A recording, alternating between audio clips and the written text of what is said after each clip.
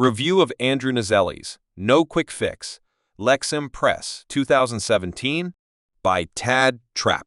I was recently compelled to write a review of this book after it was recommended to a friend on the mission field.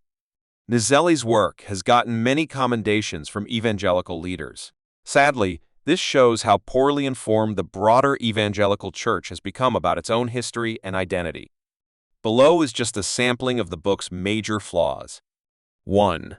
An oversimplification, the idea that Keswick was espousing a shallow quick fix and that it can be summarized as let go and let God, is absurd. Page 3, the main Keswick proponents were not only highly intelligent, many of them Oxford-educated, they worked hard to be biblically and theologically precise. Soon after the movement began, respected theologians defended the main Keswick ideas.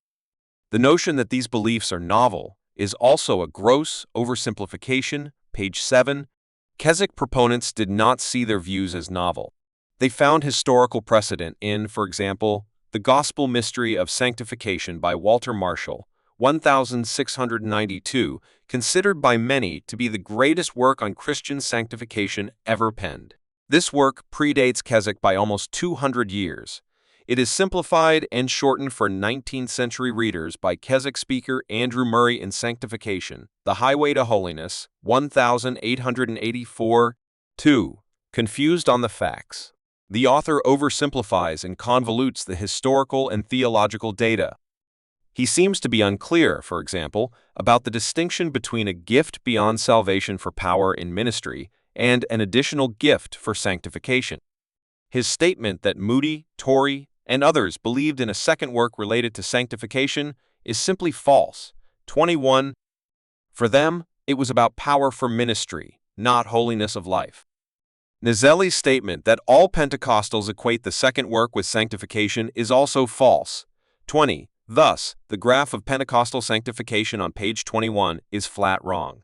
It is closer to a primitive Methodist view of sanctification. Note, a massive percentage of Pentecostals worldwide, like the Assemblies of God, have a reformed view of sanctification, very close to the one Naselli espouses, page 60. This sort of confusion colors the entire work. 3. Genetic fallacy. The author throws out dozens of names and movements in staccato succession, with little attempt to prove ideological/theological connection or dependence, besides chronological closeness and any sort of belief in a deeper work of God after salvation. Historical theologians who have studied the primary literature, from Zinzendorf through Torrey, will cringe at the way the author lumps extremely diverse Christian groups into one pile. 4.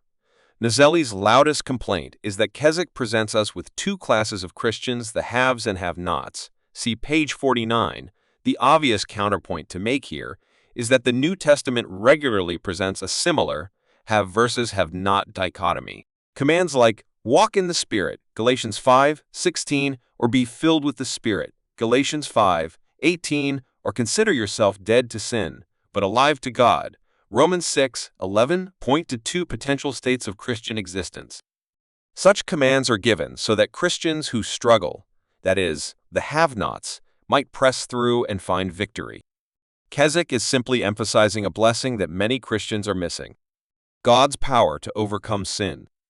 Keswick termed it sanctification by faith. 5. Sadly, like virtually all critics of Keswick, Naselli obscures how profoundly Keswick impacted the world for the gospel. For almost 100 amazing years, until 1965, Keswick was at the very center of evangelicalism. Keswick fostered a worldwide cross-denominational Christian unity never seen before in world history. Most of the greatest evangelicals from that era, like Hudson Taylor, John Hyde, C.T. Studd, Moody, Torrey, Amy Carmichael, Andrew Murray, Pearson, Jonathan Goforth, Meyer, etc., all had a very positive view of the movement. This culminated in great revivals that ignited around the globe: 1903 Australia, 1904 Wales, 1905 United States, China, India, etc., which swept millions into the kingdom of God. Study all this out, and you will find that at the center of virtually all these great moves of God is a Keswick man or woman. Far from being a detriment, properly understanding Keswick would be like a healing balm for today's sick and ineffective evangelical church. I pray that people don't fall for an oversimplified and confused misrepresentation of the movement, and instead dive into the primary Keswick literature, written by men and women who upset the world for the cause of Christ.